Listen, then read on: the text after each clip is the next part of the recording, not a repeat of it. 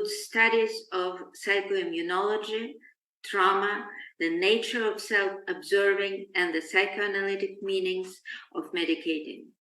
He has a private practice in general adult psychiatry and psychotherapy in Boston. Scott, please.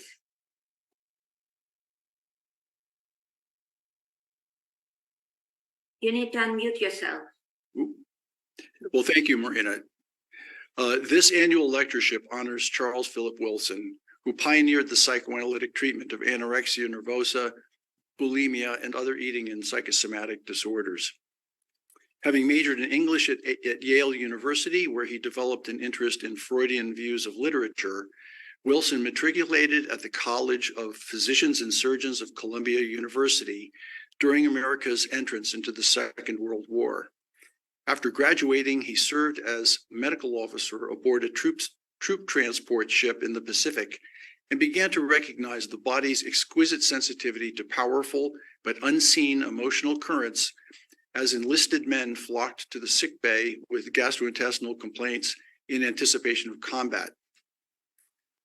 Then, as chief resident at the Naval Hospital in Oakland, California, he was impressed by how often colitis was diagnosed in former prisoners of war. After his residency in psychiatry at Columbia Presbyterian Hospital, he entered the Psychoanalytic Training Center of Columbia University, where he was exposed to George Daniels' psychoanalytic work on ulcerative colitis. As a practicing psychoanalyst, he became inspired by the bold approaches of his mentor, Melita Sperling, and he soon developed his own technique for the psychoanalytic treatment of colitis and soon after of anorexia nervosa, which then was considered unusual even in women. Such cases became the mainstay of his private practice and his attending appointment at St. Luke's Hospital in New York City. The technique he developed emphasized the earliest phases of childhood development and the importance of mother-infant interaction in an era when academic psychoanalysis focused primarily on the Oedipus complex, typical of later in childhood. Instead of unconsciously sexually competitive conflicts, oral fears and struggles referable to infancy became his target for analytic intervention in patients with symptoms of bulimia, overeating, or anorexia nervosa. He also emphasized how eating disordered patients formed their symptoms in familial and wider societal contexts that place unrealistic and sometimes exploitative demands on bodily appearance. Wilson contributed extensively to the teaching of such principles for decades, having formed and served as moderator of the Psychosomatic Study Group of the American Psychoanalytic Association, as well as a similar group at PANI. With academic appointments at Columbia University and the State University of New York at Downstate Medical Center, he published over 30 works in professional periodicals, authored or co-authored 19 book chapters, and edited or co-edited 3 published texts, one of which, The Fear of Being Fat, was a standard text in the field of treating anorexia nervosa. In 1991, he received the Sigmund Freud Award of the American Society of Psychoanalytic Physicians for his distinguished service to psychiatry and psychoanalysis. Most importantly, he was a beloved teacher, supervisor, and colleague, having mentored many who went on to focus their psychoanalytic attention on the inseparable nature of mind and body in their patients. Upon his death, colleagues at PANI proposed this lectureship, and Robert Savitz, a psychoanalyst friend and admirer, made a generous and unsolicited donation to fund this memorial lecture. Wilson's wife, the late Christine B. Wilson, contributed the balance. The roster of award recipients has included some of the most influential and established speakers in psychoanalysis, as well as newer luminaries such as Dr. Cortufo, who carry the torch of psychoanalytic approaches to psychosomatic syndromes. I want to thank Dr. Marina Merkin, tonight's program director, for her extraordinarily generous efforts on behalf of all of us. And thank you, fellow students of Psyche and Soma, for joining us this evening. Please enjoy Dr. Cortufo's lecture in C. Philip Wilson's memory. Thank you very much, Scott. Dr. Paolo Cortufo is a professor of clinical psychology in the Department of Psychology at the University of Campania. He is a founder and a former director of the Observatory on Eating Disorders of the University of Campania. Dr. Cortufo is a member of the Società Psicoanalitica Italiana. Paolo, forgive me if I'm mutilating words, sorry about that. So, Dr. Cortufo is a member of the Società Psicoanalitica Italiana and International Psychoanalytical Association. He is a scientific secretary and a past president of the Centro Napoletano di Psicoanalisi. Dr. Cortufo authored and co-authored many papers, book chapters, and books on eating disorders and self-destructive behaviors. One of these books have been translated to English. The title of the book is Biological Gender, Sexual Orientation, and Gender Role in Eating Disorders. It was published in 2012. Paolo, please.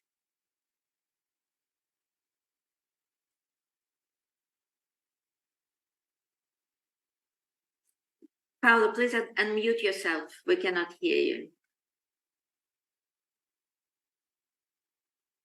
Yeah. Okay. Well, thank you very much, Marina, and thank you everybody for this invitation. I'm honored to stay here with you this tonight. For me, is tonight, and I hope that you will like my paper. This is an original paper I was working on since a couple of years. It is not a clinical paper, it's a theoretical, most of all theoretical, or maybe social, anthropological, or historical on the dynamics of anorexia and bulimia, of course. So now I will share the screen.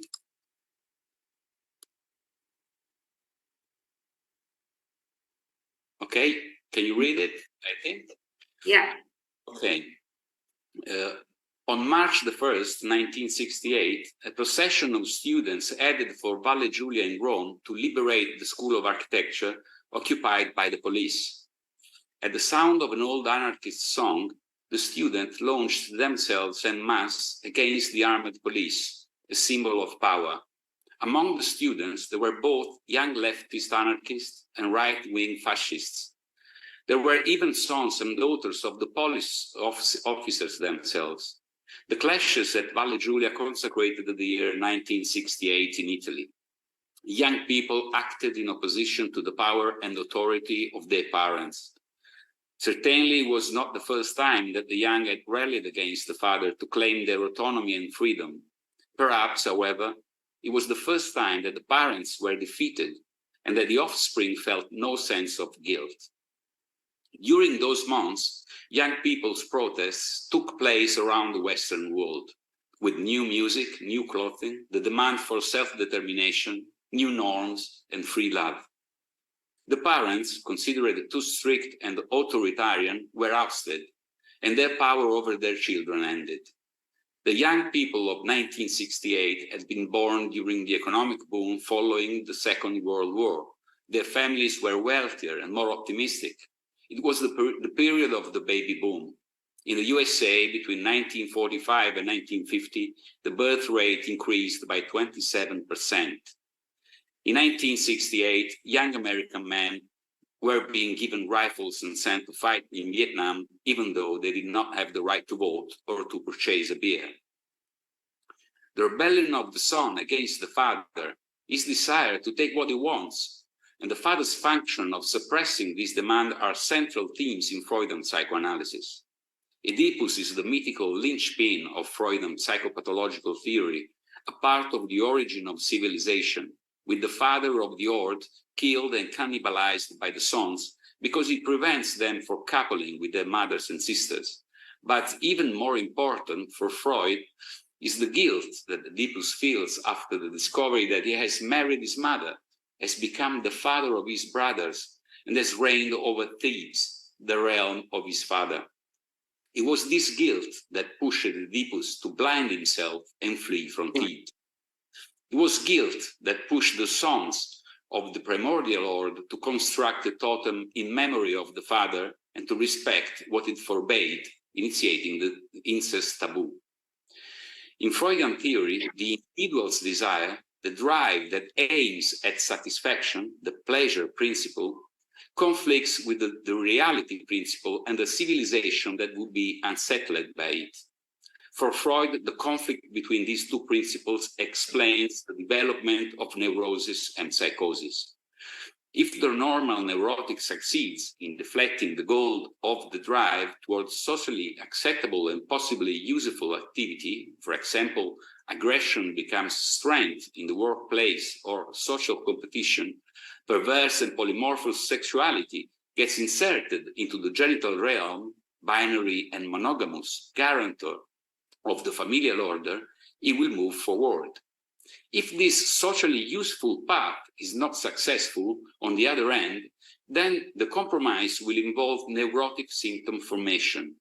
If the forbidden, the standard rule, the reality principle does not exert its limiting function and thus is not interjected into the individual, the conflict with reality will be such that it is replaced by a delusional and hallucinatory reality, what today we would call virtual, the psychosis. Anorexia does not have a discrete place of its own in Freud's conception of psychopathology, though in the very rare instances in which it is cited, the word appears only 8 times in the entire standard edition, he may have considered self-induced starvation to be a hysterical symptom of somatic conversion or an effect of melancholy inhibition. Mental anorexia and the binge that the anorexic restriction always underlies is a pathology characterized by problems of an economic and dynamic type. In anorexia, the subject perceives an incredibly powerful push, the drang of the drive. Usually this potency is experienced as excessive and overflowing, coincident with the pubertal period. Such a disturbing excitatory push comes to be displaced onto anger, from which, thanks to a regressive process, the erotic component has been disintegrated, transforming the human appetite, integration of the need to nourish oneself with the sensual pleasure of taste, into simple anger, whose satisfaction concerns the instinct and not the drive, pertaining to survival, to self-preservation. What the anorexic subjectively feels is the enormity of the excitation from an economic point of view, and the anxiety of not being psychically capable of organizing it and modulating its discharge, the dynamic point of view, and hence the attempt to repress it. The subjective impression that the anorexic has of her psychic state, metaphorically speaking, is of a dam containing an enormous reservoir of water that, by virtue of a malfunction of the locks from which the water should flow in order to provide usable energy, risks collapse and flooding of the valley. The water represents the drang of the drive, and the dam represents the psychic work, the ego. To the disquiet of not being able to master her sexuality, the anorexic responds by mobilizing some of the defense mechanisms that, in my experience, are characteristics of eating disorders: displacement and avoidance, prerequisite for launching the rejection of anger and the denial of the pubertal body. These mechanisms, as is well known, harken back to a phobic obsessive psychic organization and allow the control of one's own excitatory state, substantially fixed at the anal phase, at the level of sphincter control as a metaphorical mold in which to construct the control of psychic rigidity of the obsessive and, of course, of the anorexic. Displacement has both an obsessive nature, moving regressively from sexual to eating representations, and permitting, as I mentioned, the shifting of pubertal genital excitation onto anger, from desire to need, and it has a phobic nature. Phobic avoidance of the food object allows the dam in the preceding metaphor of the ego to remain standing and to safeguard the valley thanks to a limitation of the object's seductive power. A boiled vegetable object is less exciting than a desert object, weakening the erotic component integrated into anger, the pressure of the water against the dam. Giving up such an avoidance consists in the binge, and for the subject, this constitutes an experience of overflow, a breakdown. Excitation overcomes the ego's capacities to organize it and gives rise to acting out, as in psychosis. Thus, in the anorexic, two conditions are present. The first, excitation is perceived as excessive. In the psychic apparatus, such a perception is the product of an imbalance between the intensity of stimulation and the structure that must process it psychically, that is, between the id and the ego. The anorexic then perceives both too much excitation and inadequate resources to cope with it, an explosive mix. The second, the necessity of bolstering containment capacities with ascetic type actions, that is, the imposition of a very strict discipline on stimulations arriving from the excited body. The most obvious stimulation is anger. The period of onset of pathology is puberty, with its focus on the genital drive. In this paper, I will try to discuss with you what might be the principal factors at play by which these two strongly interdependent conditions, hyperexcitation and the fragility of limits, are actualized, and in what way the present time is involved, given that, apart from a few saints and rare miraculous girls in history, whom we will not neglect in what follows, anorexia is a psychic organization typical of our time. Why is the anorexic so excited? Why is she forced to withdraw from the joys of life? The father as operational representation. As we know, before psychoanalysis extended its field of study to the treatment of children, the theory of psychic functioning placed a great deal of attention on the father, precisely by virtue of the importance that he had in Freudian psychopathology. Then the mother appeared on the scene, along with the absolute importance that she has in the formation of the psyche, the breast, functionality, reflection, reverie. The father is so important in Freudian theory because what he represents organizes psychic conflict and hence neurosis, and it is the neurotics whom Freud and psychoanalysis are concerned with. The Freudian father represents the third who intrudes, who forces himself into the passionate union that the child experiences with his mother. The mother represents the object of drive excitation, and it falls to the father to represent the law, to forbid incest, and to place limits on what is desired. The father is also charged with applying justice through the treat of castration, that is, radically taking away the son's power.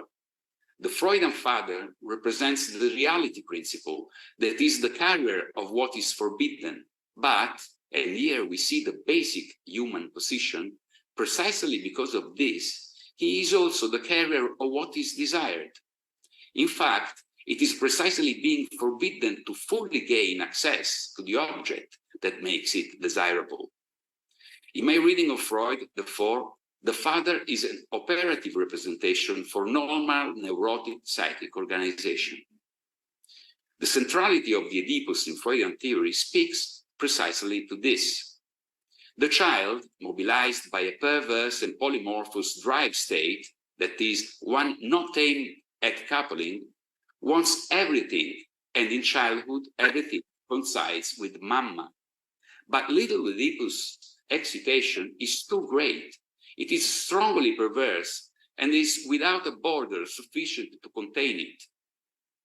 That risks impeding the little human being from separating from his mother, from being able to one day say, I am, and thus participate in a broader social life.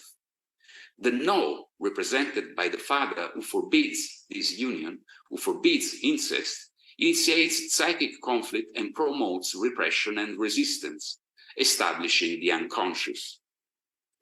In addition to countless references to the father and to castration in his clinical theoretical writings, Freud also discusses these in his social writings. The story of Oedipus is similar to that of the primordial horde in Totem and Taboo. The father of the horde possesses all the women, and the sons are forbidden to couple with their mothers and sisters. In the presence of this radical prohibition, the excited and frustrated sons rise up to kill and devour the father. With parricide, the sons enjoy a loss of repression, an extension of their freedom, and the possibility of erotic pleasure, which, according to Freud, hands over power to the women. The patriarchy of the primordial horde thus gives way to a matriarchy. In Freudian theory, the development of society, of civilization, and of the individual are closely related to each other. Renouncing full drive satisfaction, the restriction on obtaining pleasure, are prerequisite for humanity's social and cultural progress. There is no growth in a civilization without repression of the push of the drives, perverse and polymorphous by definition. For Freud, freedom is not a cultural value. The father of the primordial horde, as a person and as a function, expresses through the logic of the prohibition against incest imposed on the sons the very foundation of the reality principle. The father has historical rights. Personally and symbolically, he creates order and discipline, preventing the social group of sons from freely and chaotically acting on their own individual and anarchical pleasure. In Freudian thinking, guilt over the murder of the father is replaced by the institution of the totem that reenacts the law of the assassinated father through the taboo. Inevitably, this is repeated in the history of every single individual. The injunction against incest, represented in individual history by the no of the father, compels the perverse and polymorphous child to undergo Oedipal repression and the formation of the repressed unconscious. Only in this way will the child be able to fully function among humans and participate in the progress of civilization. His drive charge, the pleasure principle, will be redirected into the workforce, and the reality principle can become what Marcuse defined as the lending principle. This entry into the human surround implies a social order and the individual's placement in the binarism of the genders and generations. Repression, prohibitions, and the discipline imposed by the totemic father imply the necessity of sublimating incestuous desire into cultural growth. In Freudian theory, there is no progress without repression. Without the law in its various forms, there is no human being and there is no civilization. The coin with which one pays for social order and civic progress is individual liberty. Freedom and civility would thus be inversely proportional. But the taboo produces frustration, and this generates anguish. The drive's demand, repressed in its incestuous representation, remains free and pure psychic energy, and hence anguish arises. Anguish underlies the temptation to overcome taboos and to liberate the drive for full satisfaction without any reminder. In that sense, parricide and the return of mothers and subsequent recovery of the father through the totemic institution are developmental cycles of human societies, like single individuals, destined to be historically repeated in a recursive way. A situation of balanced and definitive stability between freedom and civilization is not possible. These conflict with each other, and each perpetually tries to dominate the other. In Western culture, historically, the mother represents temptation and the father castration. The intensity with which these representations are presented is variable and cyclical over the course of history. In Genesis, after creation, there is as yet no history. In earthly paradise, nothing is known of Adam and Eve, as though time did not exist. Until the law of God, of the Holy Father, is shattered, until original sin is committed, Until desire challenges the father's prohibition, history cannot begin. One could say that until desire challenges censor and frustration, historical, individual, and social time cannot begin. After all, they are in paradise. They have everything, but it isn't enough. And they desire the only thing they cannot have. The presence of a prohibition mobilizes their desire and pushes them to overcome it, taking on the burden of guilt. The law of the father says to the sons, you can't know everything, you can't have everything.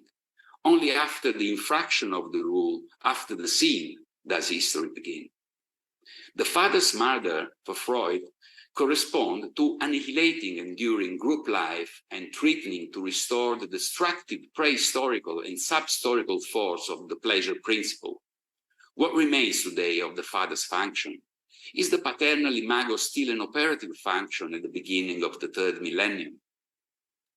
Scholars who addressed anorexia early on, indeed the first one, Mara Selvini Palazzoli, judged that with practically total frequency, I would say, the dominant figure in the family of anorexics is the mother. The father is often emotionally absent, overwhelmed, secretly or openly devalued by his wife. It is irrefutable that anorexic patients have a mother in mind, consciously, but much more than a father.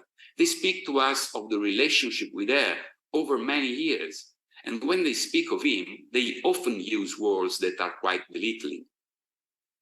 In addition, anorexia is an eating disturbance, and eating involves the mom, not only until a baby is weaned. The Italian mom sometimes nourishes her young until the age of 35. Mummification of the father. Over the course of the analysis with many anorexic patients whom I have followed, in spite of the discipline and censor that they apply to their current lives, a childhood characterized by very powerful sexual excitation has often emerged. Due to such excitation, the pre-anorexic was sometimes an overweight child, sometimes aggressive, often sexually excited. If in analysis we reach the point of the patient's stories of her relationship with her father, we discover that everything she says about him pertains to the paternal representation after puberty. The representation of the father preceding puberty is hidden by the anorexic symptom. Rarely do we manage to meet up with it, and only after years of hard analytic work. I am restricted to only a few clinical examples. One anorexic bulimic patient, Clementina, obsessed by her body and fitness, withdrawn from social life, who has chosen to cancel herself from social media in order to avoid posting an image on her profile, who is an excellent dental student, recalls her relationship with her father, also a dentist. During childhood, both she and her sister, 4 years younger than she, called on their father for everything they needed, not their mother. Clementina says, even when we had to use the bidet, we called daddy. My sister said that mom didn't know how to do it. I asked him for everything I needed, even at night, because he was nicer and more available than mom. Then one day he told us that for using the bidet, we had to ask mom. After that, I started to use it alone, and I didn't ask him for anything anymore. Today, he is a stranger to me. Another patient, Herminia, tells me how difficult her relationship with her father was after the onset of menstruation.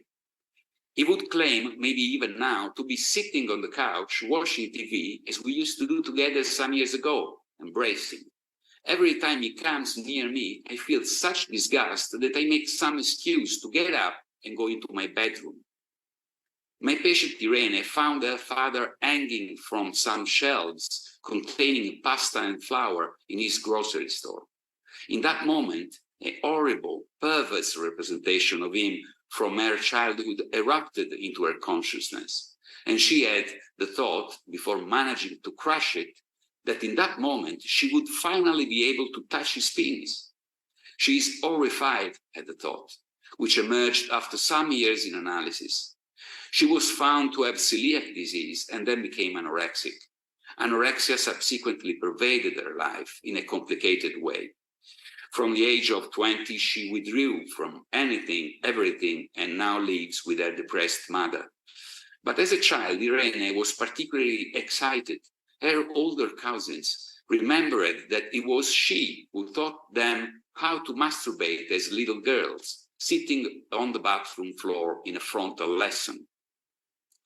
Bettina remembers that on Sunday afternoons, she wanted to sleep in bed with her father, but her mother repeatedly told her that she couldn't, because during sleep, people don't know what they're doing. The idea that while sleeping, she could have erotic contact with her father was Bettina's childhood masturbatory fantasy. Valeria, who had denigrated the father for years in analysis, says that when he died for a serious illness, she did not shed a single tear. Nonetheless, she recovers tender and strongly erotic memories. As a child, I loved it when my father brushed my hair. I felt shivers all over my body. She remembers hugs, kisses, a wrestling game that father and daughter played on the floor, and that was highly pleasurable for both of them. Taking a walk together while holding hands. With puberty, that is, with the primacy of the genital drive, the father becomes unbearable for many young girls. And I hypothesize that it is also true for fathers.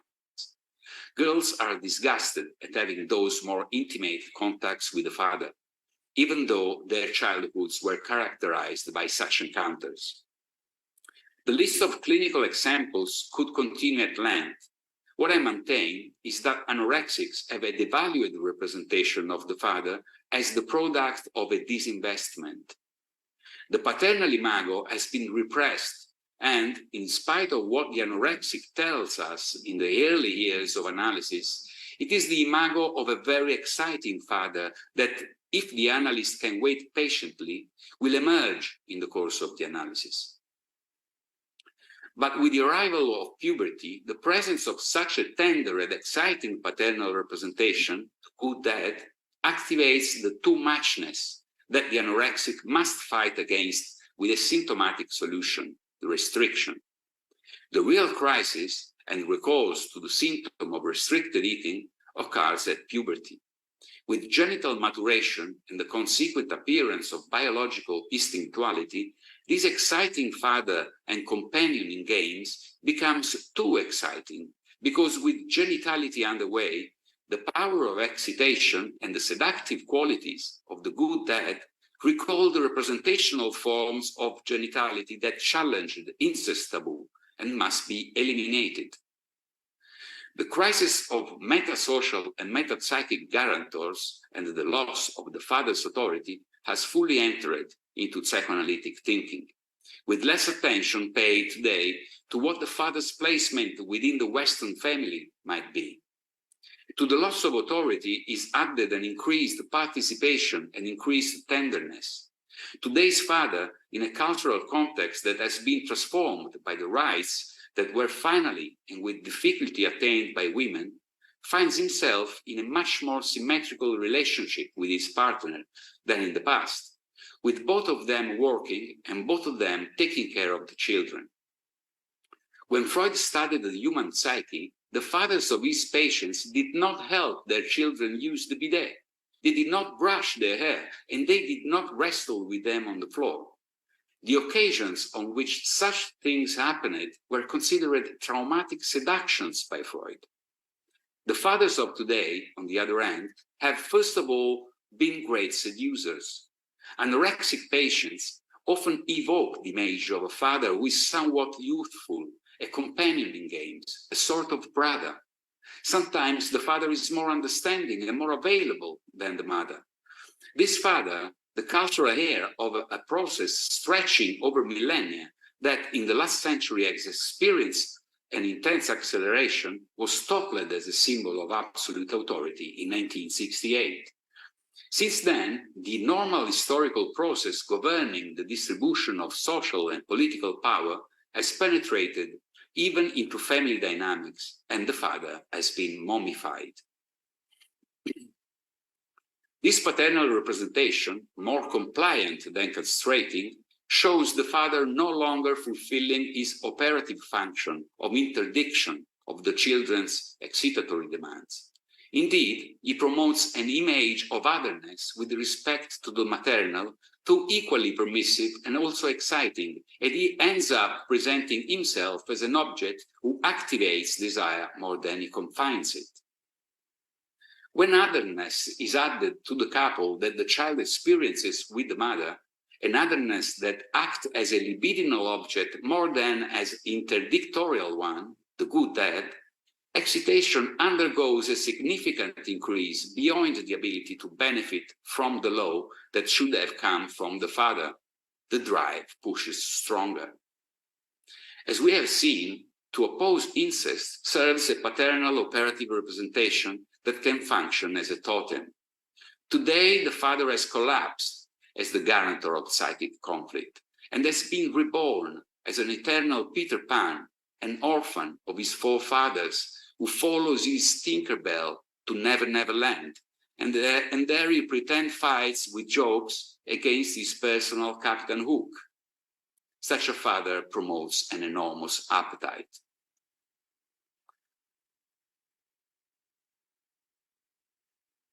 The anorexic enormous anger, the era of the swollen available breast.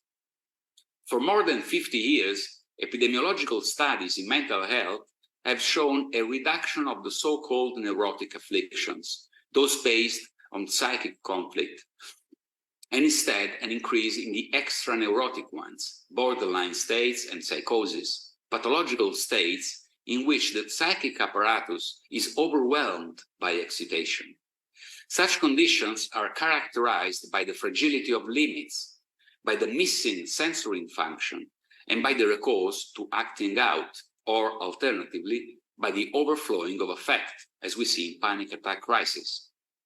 With a mummified father who is no longer the guarantor of psychic conflict, drive excitation meets the resistance of a seriously weakened dam or border. To understand anorexic illness, it is necessary to have a good understanding of bulimia, in that it is the latter that the anorexic defends herself against. Bulimia is the underlying truth that the restrictive anorexic symptom must cover over. Bulimia is a clinical condition in which the subject cannot manage to adhere to the dictates of anorexia, experiences a disquieting moment of rupture of the anorexic restrictive capacity, and yells to an eating binge. In the interval between the two binges, however, the bulimic is essentially an anorexic. As I have written in the past, I understand bulimia to be missing or lost anorexia. To simplify, noting the terms at play in bulimia. Obstinacy in repressing very intense excitation, anger. This is bulimia's anorexic moment. It is of variable length, from a few hours up to many weeks, during which what we define as a bulimic is instead an anorexic, before succumbing to a binge. Second, giving up this repression and the consequent action of binge eating. This is the concretization of ineffectiveness, in psychoanalytic terms, of ego fragility. Third, guilt and shame at not having succeeded in preventing the binge, and disgust for the excited body. The guilt and shame shift onto the body, like the flagellants of the medieval times. Fourth, the compensatory strategy, self-induced vomiting, physical exercise, diuretics, laxatives, restores resistance back to point one, which again activates the recursive circularity of anorexic bulimic pathology. We can generalize these four movements as follows. First, the individual tries to contain incestuous desire. Second, the individual is incapable of doing this and acts out the incestuous desire. Third, a sense of guilt follows. Oedipus flees from Thebes. The sons of the horde establish the totem.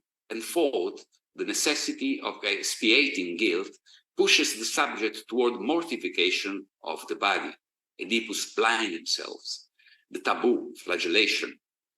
Bulimia teaches us that without the possibility of benefiting from a limit, without the representation of the father that can be introjected and can function as a limit, that is not utilizable in an operative way for the economic and dynamic organization of the psyche, the subject runs the risk of impulsive action, not only in the area of eating.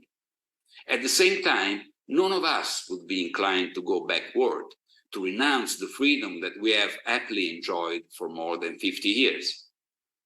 The enormous anger that the anorexic holds back, that the bulimic acts on, that consumerism exploits, that all of us are aware of in some form, may relate to exactly this transformation of the paternal representation, which in the hypothesis that I am proposing marks the beginning of the era of the swollen available breast. Byung-Chul Han, a contemporary German philosopher, highlights the success of contemporary post-democracy that he calls palliative democracy. He writes, "We live in a society of positivity that tries to extinguish any form of negativity." The author gives many examples, mostly convincing one, of how much the social fabric in its cultural, economic, artistic, political, and institutional interweavings avoid pain and pursues well-being as an absolute value, understood as everyone's right to attain happiness without sacrifice. That right does not recognize power as an obstacle, a censor, but on the contrary as a facilitator. Byung-Chul Han elaborates on the parallel between the power of present-day Western democracies and repressive power. Smart power operates in seductive and permissive ways. Because it parades itself as freedom, it is less obvious than repressive disciplinary power. It seems that he may be talking about the good death of anorexia.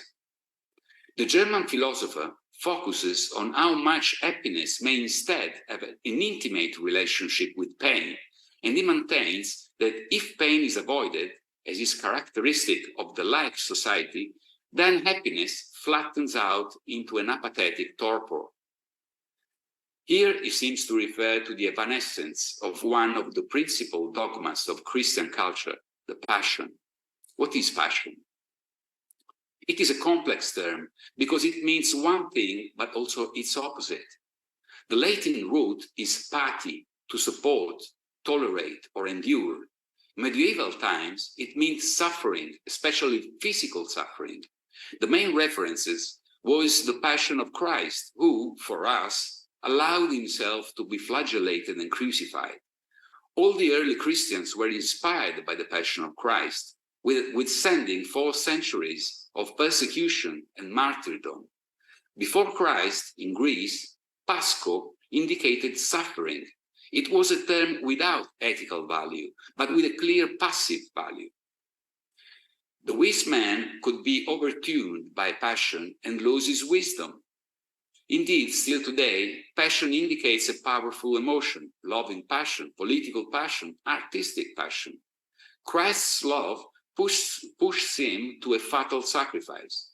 We Westerners live in a culture inspired by the Christian ethic of passion and moral value, even though, like me, many of us are non-believers. We have lived for 2 millennia knowing that in order to pursue our desire, we must endure sacrifice. In the Christian culture, life is a journey of redemption aimed at salvation. For us Westerners, the future must be viewed with hope and optimism, or at least it has been so for 2 millennia. It is without doubt that in the so-called West, among contemporary culture's dominant values are the search for well-being and liberty, the avoidance of pain, individualism, and especially the sacred right of every single person to achieve. Without the repression of an illiberal society and aimed at happiness that becomes an individual right, searching for positive confirmation, even though fictitious, looking for one's own happiness, has the result that happiness passes for the capacity of reaching that state that is surprising for its degree of eccentricity, precisely because of its being queer, in the true sense of the term, unusual, original.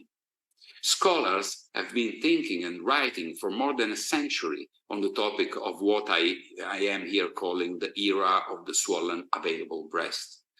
The concept was inaugurated by Nietzsche's passive nihilism, starting from his middle work, The Joyous Science. In aphorism under 25, quoting the madman, Nietzsche writes, I see God, I see God. We have killed him, you and I. We are all these murderers. But how did we do this? How were we able to drink up the sea? Who gave us the sponge to wipe away the whole horizon? Is night not falling evermore? Mustn't lanterns be lit in the morning? Do we smell nothing yet of the divine putrefaction? For even God's putrefied, God is dead, God remains dead, and we have killed him. Because those listening were incredulous and considering him to be in fact a madman, he continued, I have come too early, this is not yet the right time. Nietzsche announced the death of God through a madman who sees what others of that era couldn't yet see. Perhaps today the time has arrived. Today we all see that God is dead. Faith is no longer the ethical and cultural value that characterized enormous Western growth for 2 millennia. At this point, faith seems to be a sort of superstition. The Pope, under whose authority one could become king or emperor, the one who dispensed graces and excommunications, the absolute arbiter of moral values, is for many people today a sort of mascot, an outdated figure who does what he must do and says what he must say, who speaks to ever-reduced numbers of people, and who is for the most part socially, economically, and politically irrelevant. For Nietzsche, after the death of God, the Übermensch will have to come. The Nietzschean Übermensch is not Superman, nor is he a Marvel hero or a member of a genetically superior race, as in history's Hitlerian frenzy. Oltreuomo, Übermensch, beyond man, is a man who can go beyond the loss of God, the loss of the value of values. He is a man who becomes himself in a future era, which the philosopher maintains is one of active nihilism. That is, an era subsequent to the overcoming of passive nihilism caused by the death of God. Beyond man represent an overcoming of the necessity of maintaining given ethical values. It is the Dionysian condition that man can reach if he becomes aware of his own uncertainties and accepts them, if he finds a way to autonomously orient himself within the sea of uncertainties produced by the death of God. Freedom, anguish, and asceticism. The death of God, the dissolution of the paternal imago, ultimately gives everyone an unexpected freedom to enjoy themselves. Everything is possible.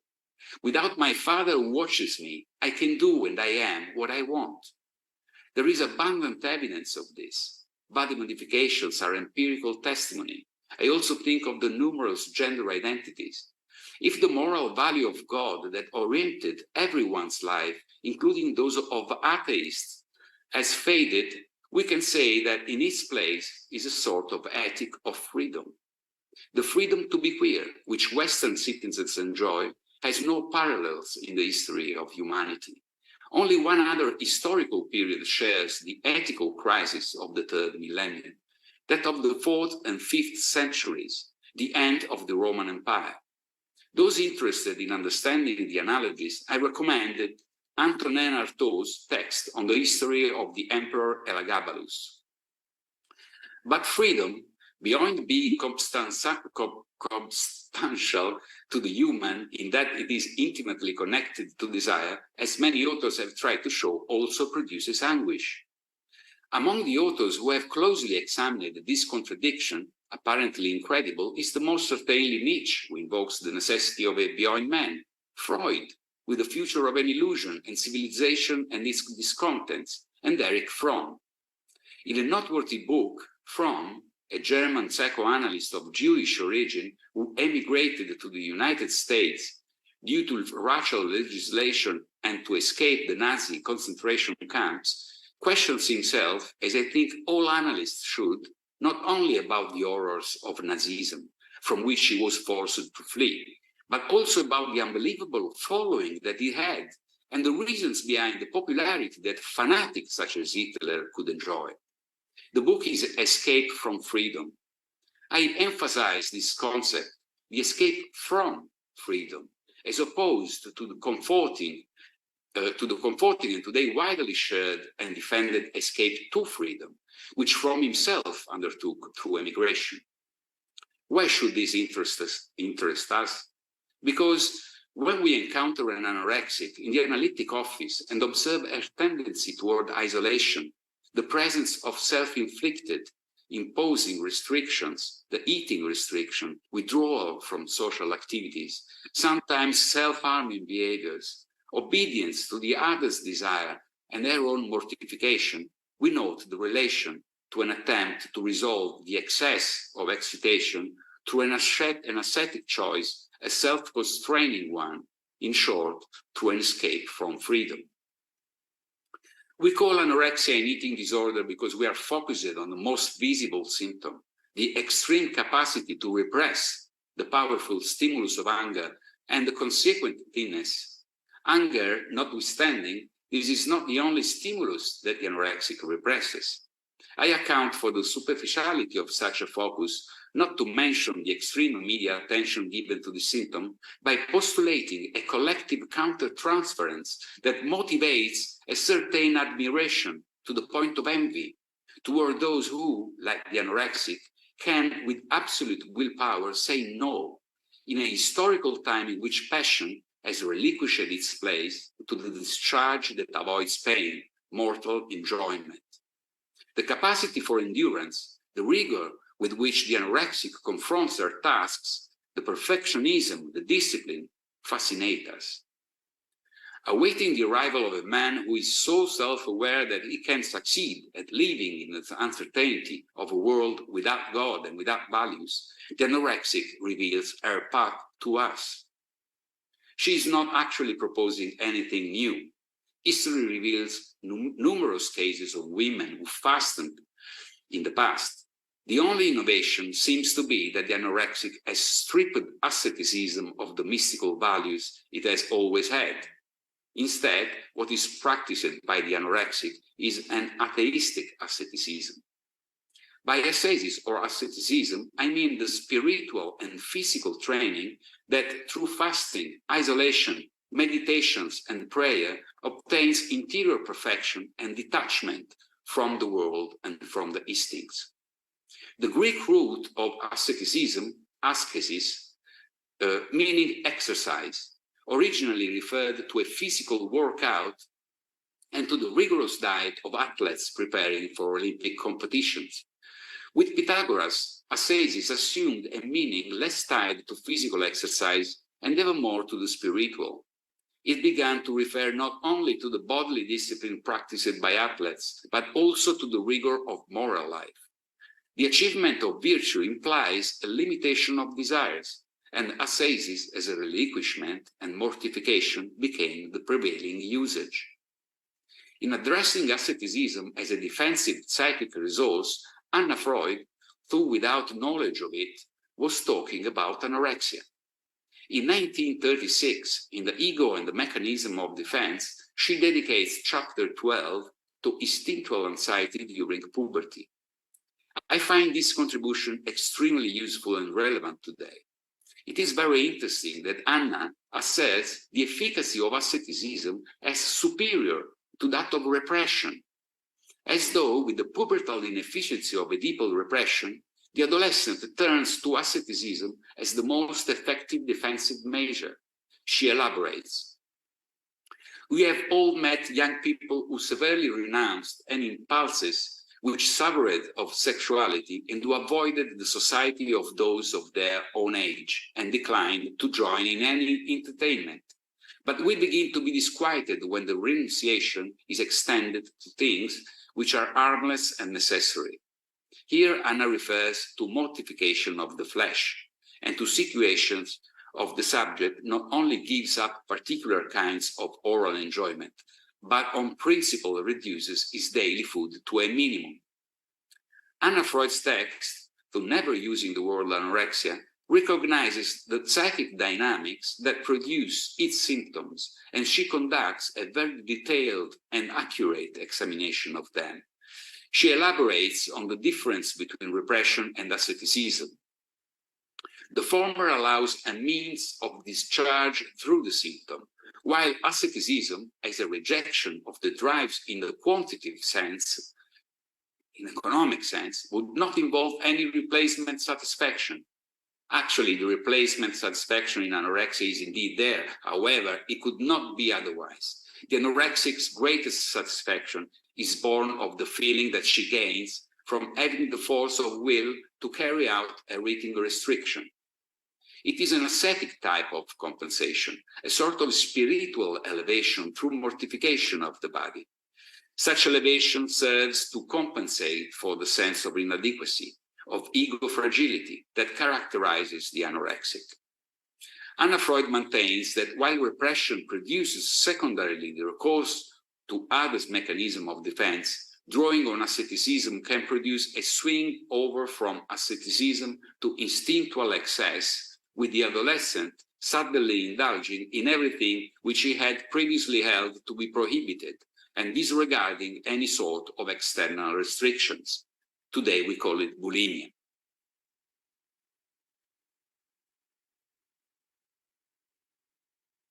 The anorexic, a heretic without God.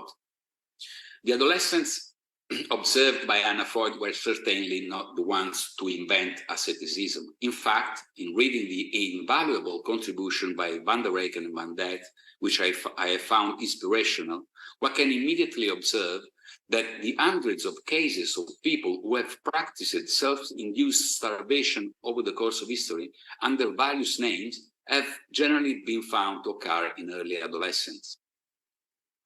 In the 12th century, the number of women who participated in spiritual life began to grow. Women seemed capable of an ascetic life and of a tolerance of fasting superior to that of men. Inspired by biographies of the Desert Fathers, the early Christian eremites and ascetics who lived primarily in the Roman province of Egypt, the number of the devoted and of the holy increased greatly.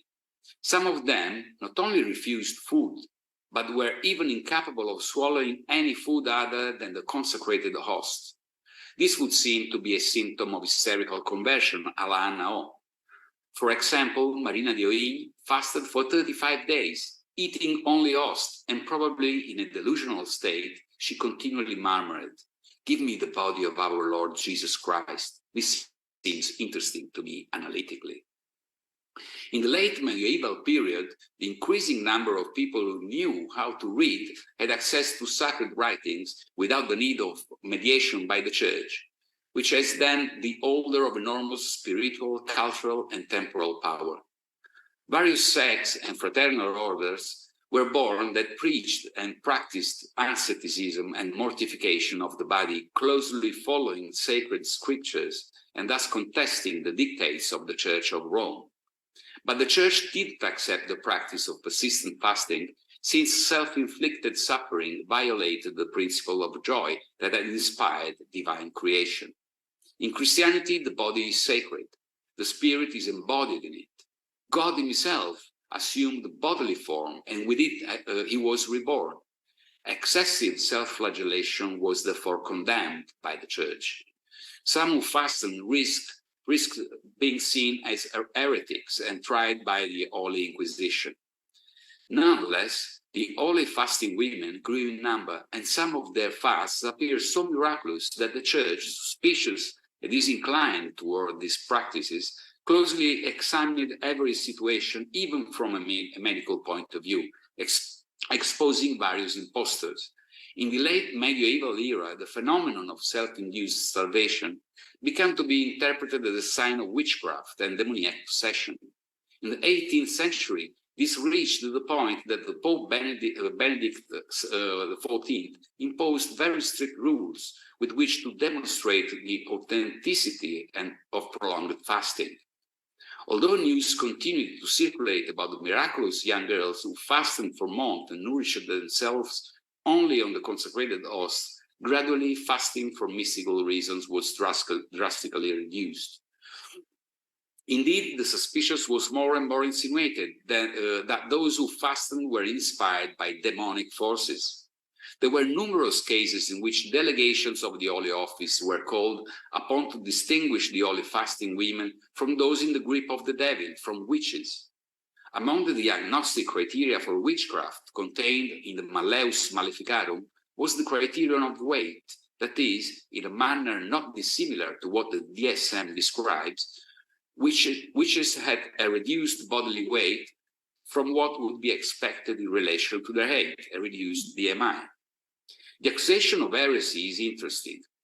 Heretics who were persecuted by the Church were the faithful who, in closely following sacred texts, respected the dictates of Christ and practiced a life of sacrifices and altruism. They were conservative in that they did not tolerate ostentation or the attachment to power and worldly life that characterized many clerics of the time. In the 13th century, the Catharists, from the Greek katharos, or pure, were exterminated in their tens of thousands by order of the Knights Templar, since they were considered Christian heretics. The Catharists rejected all material goods and the temptation of the flesh, as Christ did. The anorexic is also conservative. She tries to flee from freedom and from excitation. She would like to repress her enormous anger, the push toward life and toward pleasure. The anorexic is a heretic without God, desperately, in this desert devoid of ethical values to cling to, in this abundance to be grabbed, as she is subjected to continual invitation to sit down and feast, in this world which enjoys, but wants to enjoy more.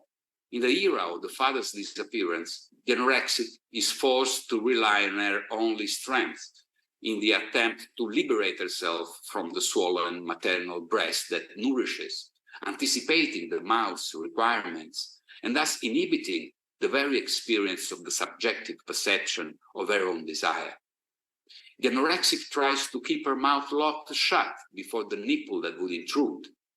The enormity of the offer, combined with the enormity of excitation and desire, creates disquiet, an anguish of fragmentation, the feeling of going to pieces and yielding to discharge, to the bulimic binge. The anorexic confronts this anguish in a drastic and self-punishing way. I am not hungry. With this statement, the anorexic places the object in check. If I don't want you, then you aren't important, and instead I am. In that regard, we think of the extreme impotence that her loved ones experience, those who nourish her doctors and analysts, taking away from the other the possibility of giving help, of giving treatment, stealing from the mother the possibility of giving nourishment, puts everyone into a state of helplessness. While these actions place the anorexic, dominated by her ineffectiveness, into a situation of illusory omnipotence.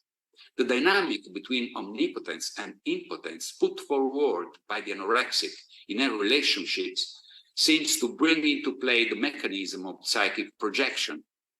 That is, the ineffectiveness characteristic of subjects with eating disturbances ends up being projected onto the other, who experiences a disheartening sense of impotence. The anorexic perpetually tries to separate herself from the breast of the mother, who nourishes her. Within that unified dyad, she cannot find herself. She cannot successfully say, I am, since she cannot locate the border between herself and the mama object, and today the good dad object as well. She must go beyond.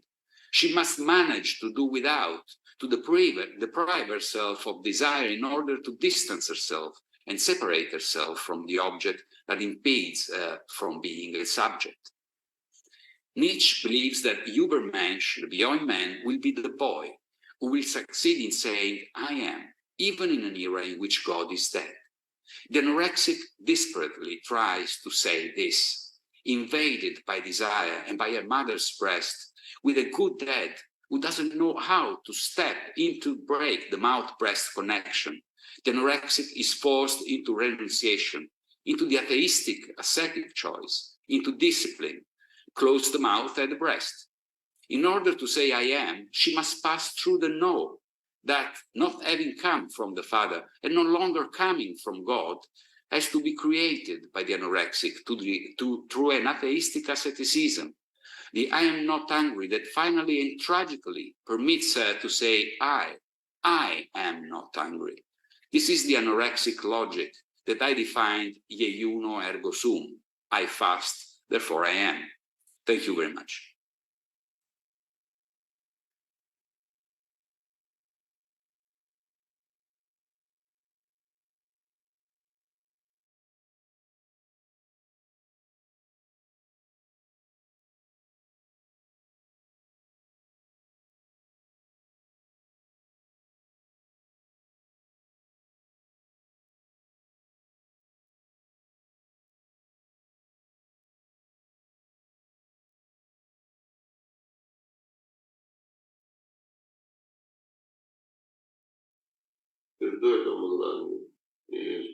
Can you hear me now?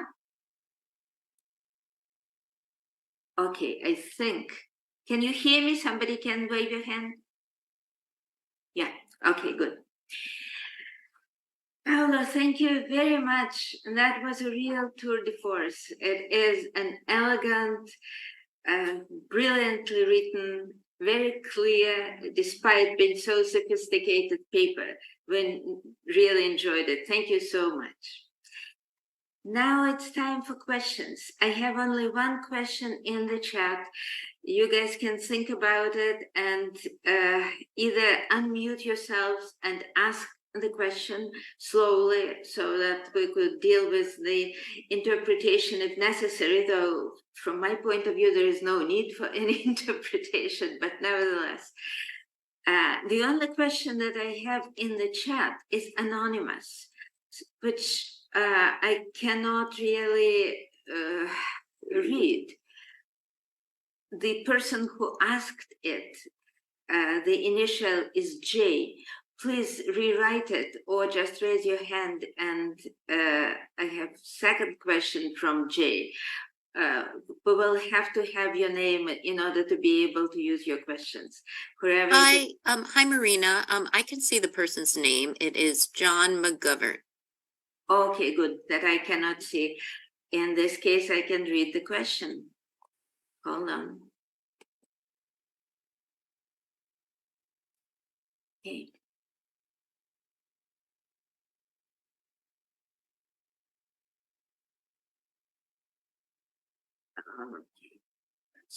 Thank you for a, hold on.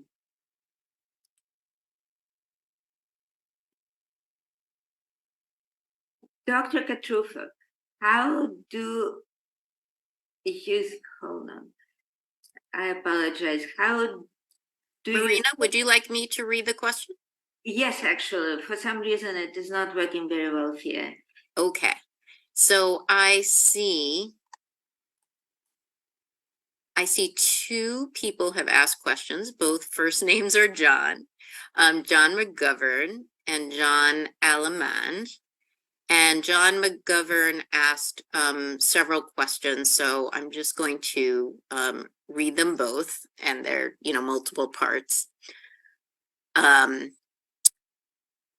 Cortufo, how do you think the incest taboo is experienced differently by boys and girls? Totem and taboo emphasizes the male experience. What is the incest taboo like for girls? And there's another question. Do you, perhaps the interpreter would like to ask that question in Italian? Julia? You need to unmute yourself, Julia. Oh, she cannot unmute herself. Jennifer can. Okay, yes, now, thank you. So, about La seconda domanda? Ok. Dottor Cortufo, gliela posso tradurre?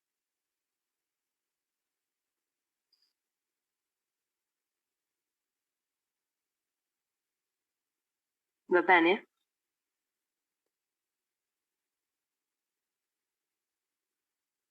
È mutato, quindi non la sento, gliela traduco, va bene?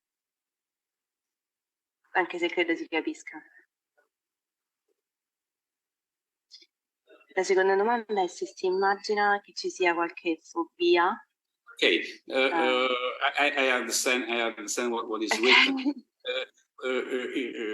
Maybe for me it's better to speak in Italian because I want to be precise on my answers. So please, I answer in Italian and Giulia can translate it. Ok, ho letto tutte e tre le domande e la prima, poiché abbiamo poco tempo, direi rispetto alla prima rispondo che credo che sia la stessa cosa, cioè il tabù dell'incesto viene vissuto nello stesso modo dai maschietti e dalle femminucce, insomma. Rispetto alla seconda questione, cioè se insieme, diciamo, alla anoressia esiste poi anche una difficoltà a mettere qualcosa in bocca, diciamo, questo può essere, ma perché il problema è riuscire a costituire un limite che sia solido, quindi può essere qualunque altro sintomo, il problema è non passare il limite anche del corpo. Ok, allora intanto gli dico la prima e poi spiego la seconda. Okay, so for the first question, how do you think the incest taboo is experienced differently by boys and girls? Dr. Cortufo says it's the same for boys and girls. There is no difference. While for the second question, he says that there could be a phobia for something to put inside our mouth.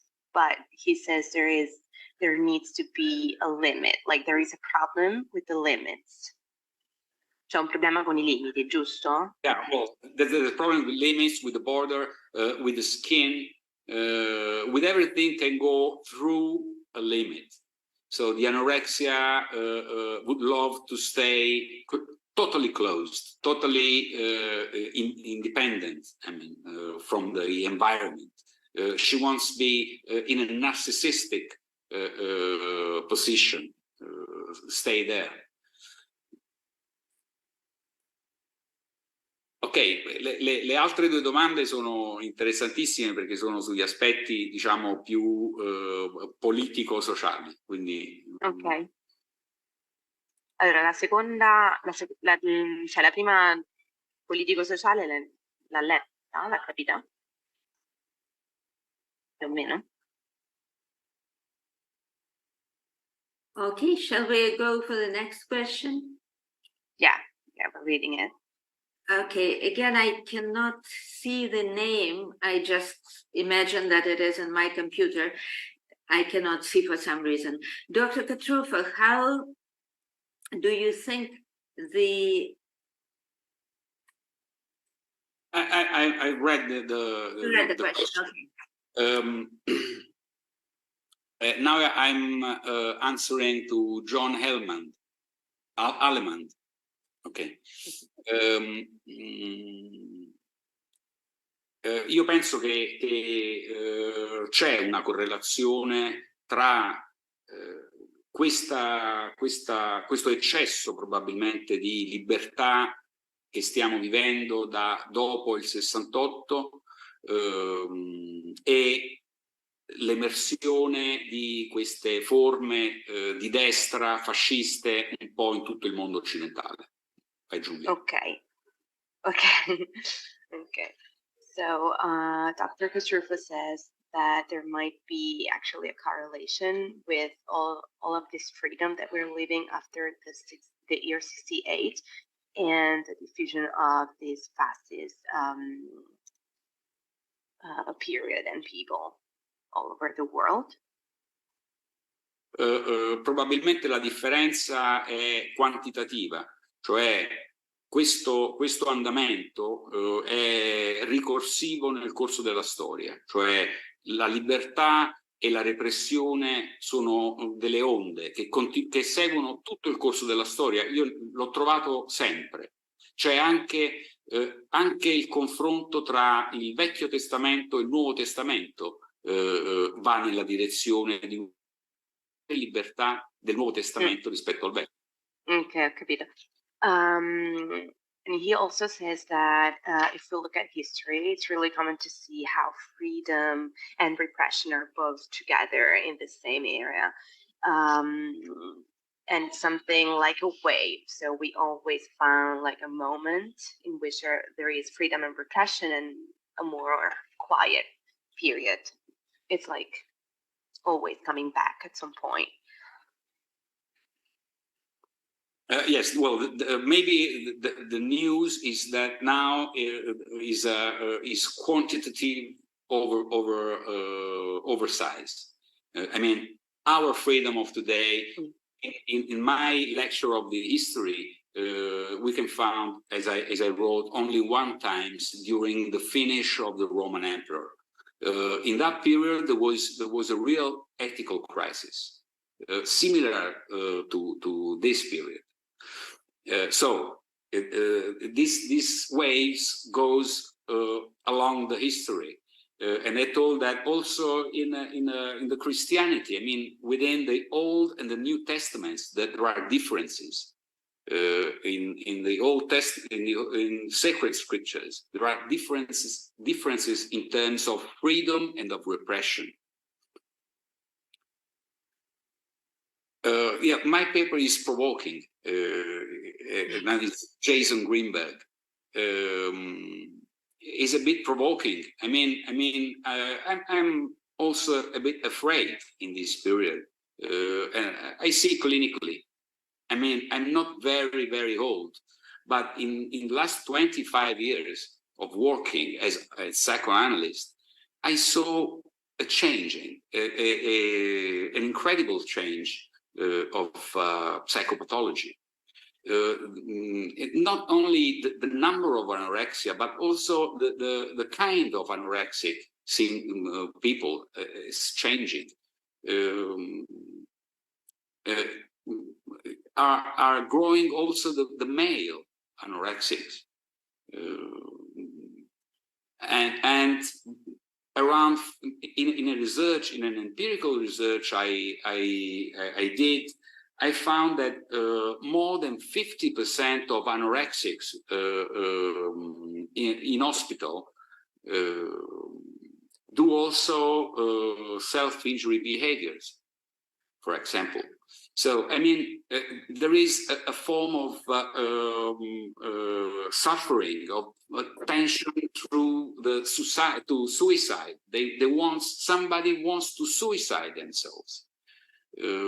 And on the other hand, I see, as I think you also see, many borderlines patients, many psychotics, people who cannot manage their excitation, who cannot manage their sexuality, their aggressivity. So Dr. Wilson has a question. Yes, thank you, first of all, Dr. Cortufo, for a wonderful talk of such scope and depth. It's just wonderful to hear such scholarship in the context of such extensive clinical experience, first of all. So I have a question. It sounds like one of your central thoughts is that the symptoms of anorexia nervosa are based on the dynamics of displacement of overexcitation from a nascent genital libidinal realm into an oral realm, and I in my own clinical experience, I've been impressed by how anorectics seem to be motivated by the fantasy of incorporating what they need, and that runs into the taboo of cannibalism, and that then it becomes a reason for the damming up or the blockade. I'm wondering if you have any comments about that, because that's the one I just mentioned, doesn't require the displacement, if you see what I mean. It's all in the realm of the fantasy of being able to orally incorporate what you need emotionally. Do you see what I mean? So do you have any comments on that? Or Giulia, mi aiuti un attimo Sì, certo. del Sì, cannibalismo? io pure, infatti, ok, stavo cercando di capire perché non è un concetto semplice quello che hai spiegato, però mi sembra di aver capito che stesse parlando del il fatto di dover integrare mangiando con il cibo il mondo emotivo, e quindi l'ha collegato al fatto del cannibalismo, cioè questa sfera, lui ha detto all'inizio orale, che c'è nell'anoressia, ok? E quindi di voler appunto in questo modo mangiando la sfera emotiva, e se aveva qualche commento su questo, e poi ha detto perché lui non vedeva un displacement di cui aveva parlato anche lei prima nel paper, avevo visto. Thank you, Dr. Wilson. Allora, io sono piuttosto convinto dell'uso del meccanismo di difesa dello spostamento, del displacement. Ok, vai Giulia. Okay, so Dr. Cortufo says he is convinced that the displacement as a defense mechanism is a part of this process. Il displacement è un meccanismo fobico ed è un meccanismo ossessivo, e nel caso dell'anoressia troviamo sia l'aspetto ossessivo che l'aspetto fobico. Okay, so it's both phobic and obsessive as a defense mechanism, and we find both of these characteristics in anorexic people. Il più evidente è il meccanismo fobico dello spostamento, per cui l'elemento di fondo che è a monte di questo scritto è che l'oggetto d'amore dell'anoressica è il padre. Okay, so the object of love for the anorexic girl is the father, and we find displacement of this phobic object.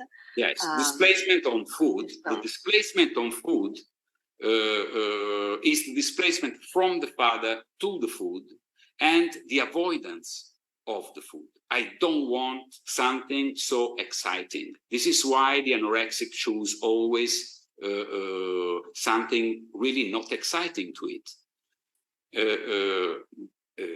The regression is from the drive to the instinct. I mean, l'anoressica è interessata alla fame, non all'appetito. Okay, so this patient is interested in the hunger rather than the wanting to eat, like the appetizing part of eating. And this is a sort of regression in respect to the evolution of the human beings. I mean, we start with hunger, and then we start to be and then we start the appetite. First hunger, then appetite. Okay, and the regression is along this way. So, which is the same than the regression from the sexuality, the infantile sexuality, to the instincts. That's why the anorexics most of the times have no sexual life. When they have is a bulimic sexual activities, is a sort of bulimic without pleasure. I never found an anorexic or bulimic who said to me, I have a great pleasure in my intercourse.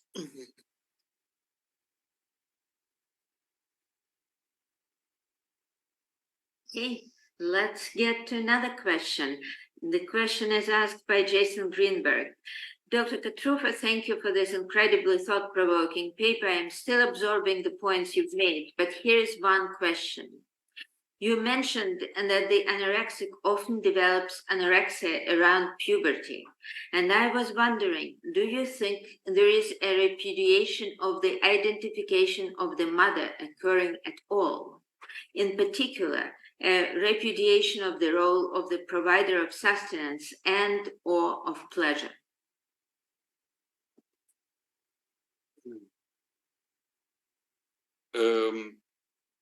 L'anoressia è una sindrome datata ed è datata alla pubertà, cioè affinché ci sia un'anoressica c'è bisogno di una maturazione sessuale. Esistono dei disturbi dell'alimentazione precedenti alla pubertà, ma sono delle anoressie non mentali, sono diciamo un'altra forma di sintomi. Okay, so anorexia usually develops around puberty, and there is a need for sexual maturity in order to be anorexic. There are some forms of anorexia that are before puberty, but those are other kinds of anorexias, like other kinds of eating disorders. Non riuscirei a generalizzare la questione dell'identificazione, nel senso che ci sono effettivamente delle anoressiche che rifiutano l'identificazione con la madre. Io ho più la sensazione che la questione riguardi proprio l'eccitazione pulsionale e la relazione con l'oggetto. Okay, so Dr. Cortufo said he wouldn't generalize by saying that all the anorexic girls don't want to identify with their moms. He thinks that the question is more about the amount of excitement in the sexual field.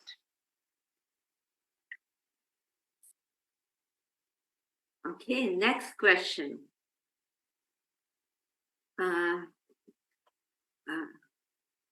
How would you describe the displacement involved in the male anorexic? Is it still the eroticism with the good dad which gets displaced into the oral drive? Asked by Ryan O'Millan. Allora, io, come tutti, ho un'esperienza con anoressici maschi ovviamente limitata. Okay, so Dr. Cortufo has a limited experience with male anorexics.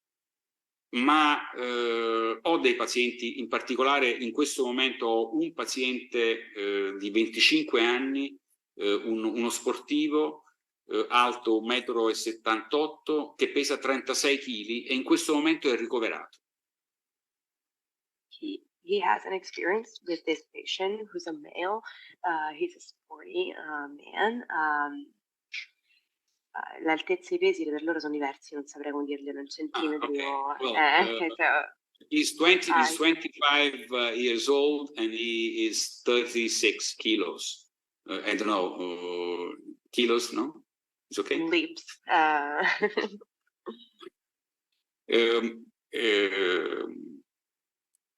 Questo paziente maschio ha un padre sicuramente che è un good dad, nel senso che io l'ho conosciuto perché è lui che poi è venuto preoccupato a portarmi suo figlio, ed è un padre incredibilmente affettuoso e ha invece una madre molto distanziante e fredda.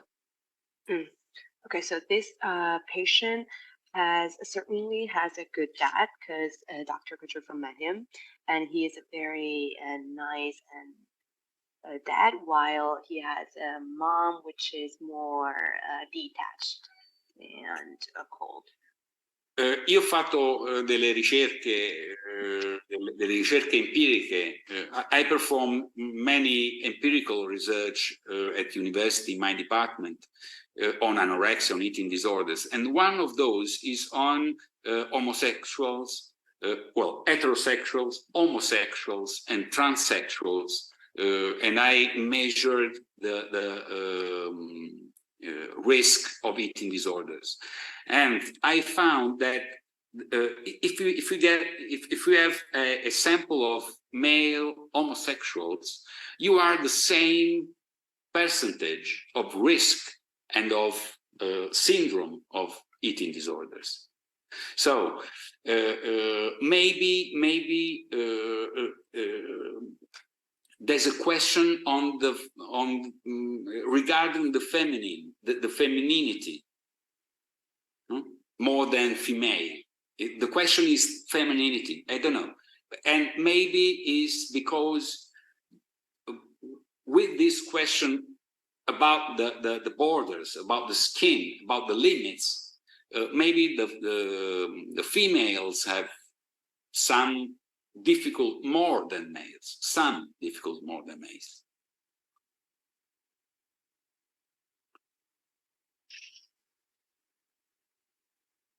I think we addressed all questions in the chat. So I would like to encourage you to just unmute yourself, raise your hand, and ask the question in this more familiar way.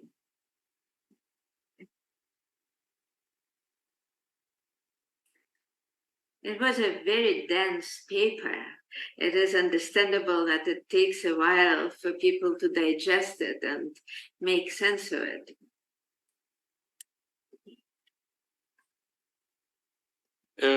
Se posso, dico una cosa, posso dire una cosa per spiegare un punto. I want to say something to explain maybe better what I mean, what happens between mom and children. And I talk about my personal experience. I got two daughters, and they born at a distance of 1.5 years in the same place with the same doctor, but different infant doctor.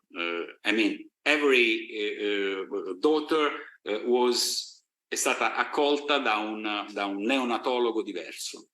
Vai Giulia, di questa parola. Okay, neonatologo. Okay, so every daughter was born with a different doctor, basically. Same place, but with a different doctor. Quando siamo stati dimessi, quando le bambine sono state dimesse dalla clinica, ciascuno di questi neonatologi ha prescritto a mia moglie come affrontare l'allattamento. Okay, so every time the daughters, every time the daughters, every doctor made a different prescription to my wife to nourish at the breast the baby when we go back home with babies. The first one wrote lactating every 3 hours. The first one. So during the night, my wife wake up and take the baby to nourish her. The second one wrote another indication. He wrote, nourish the baby whenever the baby wants. So this marks a deep difference in the relationship within mom and children. If the mom puts the breast into the mouth because 3 hours are past, or doesn't put the breast into the mouth when the children ask for the breast. Okay, this is, I mean, a question. The question is l'equilibrio tra la domanda e l'offerta, il desiderio del bambino e la possibilità di offerta del seno. Yeah, the question is the balance between the need of the child and the offering that the mom gives. è una questione delicatissima, molto più di quello che si crede, e perché a partire da questo tipo di relazione anche tutto il resto delle cose che il bambino deve fare, vuole fare, saranno gestite in un modo piuttosto che in un altro, cioè la domanda e l'offerta. E questo è il ponte con l'attualità. Oggi l'offerta anticipa la domanda. Okay, so, and this is the bridge that we have with nowadays problems. Com'era la domanda, l'offerta che anticipa? L'offerta oggi anticipa la domanda. Okay, so the offer comes before the demand in this world.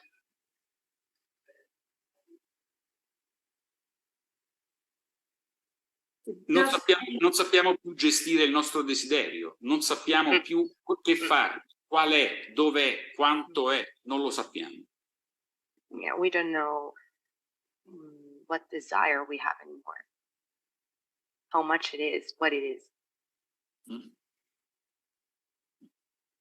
Dr. Tayana, Cecilia Tayana has a question. Please unmute yourself. Yes, I had a question, but was partially answered by these examples, because I was also wondering, you characterize the anorexia as an adolescent condition, right? And in Freud's notions that you so well presented, because I want to congratulate you for your paper, which I enjoy enormously. The adolescence is always a revisiting of the infantile sexuality. In other words, the infantile sexuality comes, is there before the instinct arrives, right? The puberty has to join the two. So my question is, how do you perceive the passions of the toddler with all the erotogenic zones that Freud talks about, excited for the father and the mother, what kind of role they play in puberty? In other words, the good dad has existed in the infancy of the anorexic as well, right?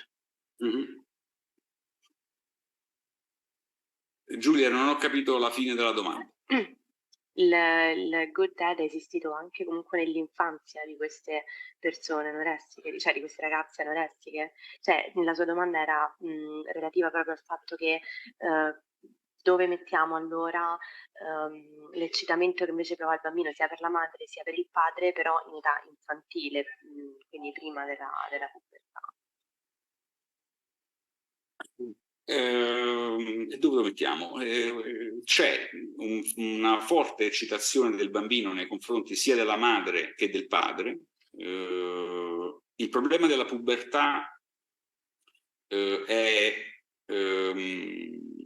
non il fatto che l'istinto sessuale si unisce alla sessualità infantile. The sexual instinct during the puberty does not go side. Giulia mi devi aiutare però, perché sì. Okay. Allora, quindi lo dico io. Allora dillo tu, però dillo bene. Allora, Okay. l'istinto, diceva la collega che l'istinto si unisce alla pulsione infantile, alla sessualità infantile, così ha detto lei. That's the position of Laplanche. Laplanche. Yeah. Mm-hmm. No, Laplanche says that not goes with, but that the infantile sexuality arrives before the instinct. So, right. So the instinct just pushed what the representations that the child already has. Yes. Exactly. Okay, so I am Laplanchian. Okay. So this is the connection I wanted to establish, because framing adolescence, all very good, but you know, it's all built on the infant sexuality of the toddler and infant, right? Yes, the infant sexuality is very strong in the anorexic girls. That was what I liked. When instinct arrives, this is a too muchness. that the young girl cannot manage. It's too strong. It's too strong. It's too strong in economic sense. The push is too strong. That's so. I do not agree with the one who say that anorexia is a syndrome of the vuoto. Come si dice vuoto? Emptiness. No, emptiness. Emptiness. Void. Yeah. Il vuoto di che cosa? La sindrome del vuoto, così si chiama. Anyway, the problem in eating disorders for me is a too muchness. That is, so is the strength of the drive. Is the strength of the infantile sexuality when arrived the instinct to reproduction, which is very strong. So if the child was born, for example, during the Freud period, the Freudian period, and meet a father as Freud is, I mean, a man who everybody has to respect, for the children in that period was easier to have a capacity of control, of knowing what is too much and what is not, what I can do and what I can't do. So in this period, I see that the young people do everything they want. I mean, and the fathers and mothers also, they do everything they want. The family doesn't exist anymore. I don't want to say, of course, if this is good or not. I'm a psychoanalyst, not a politician, so I don't want to say if it's good or not. I only studied that in the history there is a circularity of this.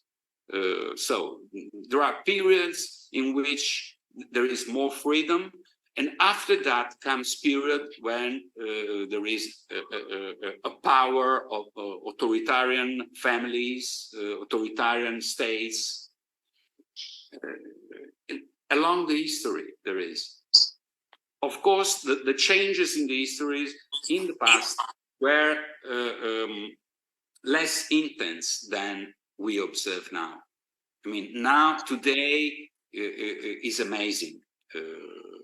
And I only found in one period of the history, I tell you again, the period is the 4th and the 5th century with the finish of the Roman Empire. May I have a little follow-up question? Of course. So the Laplanchian notion then is that the source object of the drive is very intense in a way that the messages have been received and implanted and intromitted into the unconscious of the child. But at the same time, you are also bringing along the endogenous force of the drive that Freud talked about. So in a way, you are bringing both Laplanche and Freud together in this, because not only the message of the culture, but it's also the endogenous drive that is of excessive force. Yes, well, I consider that Freud made a mistake on this.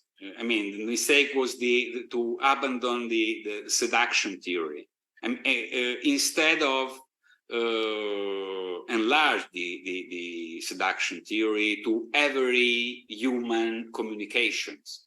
I mean, every communication between humans is erotic. Of course, is always erotic. That's then the unconscious is erotic by definition. So I can't understand how two persons can communicate without eros. It's impossible. This is my opinion. So the problem is that the instinctuality, which of course exists in every human being, is perverted by the message of the other. Okay. So it's a sort of perversion. So the hunger became appetite because of perversion. Two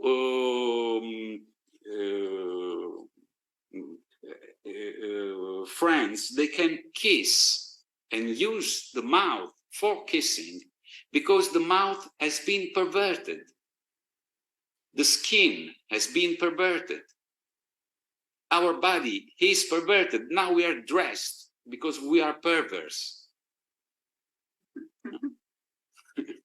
Yeah. Thank you. No, that's very good. Thank you.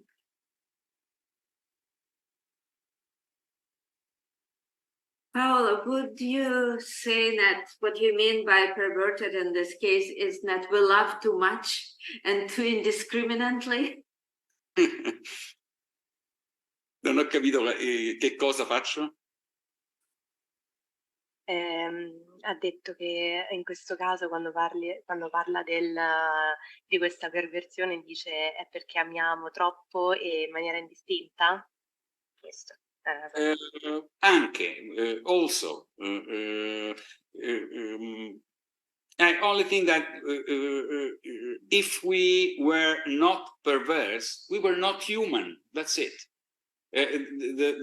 Our evolution is in the perversity. It doesn't exist something who is not perverted in human beings. This is the perversion is our nicchia evolutiva.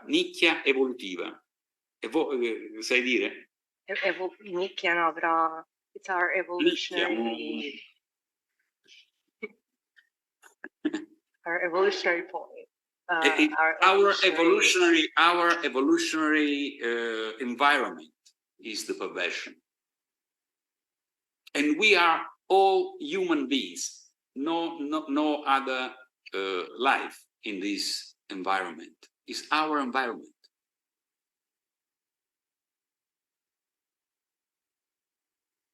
More questions, more comments.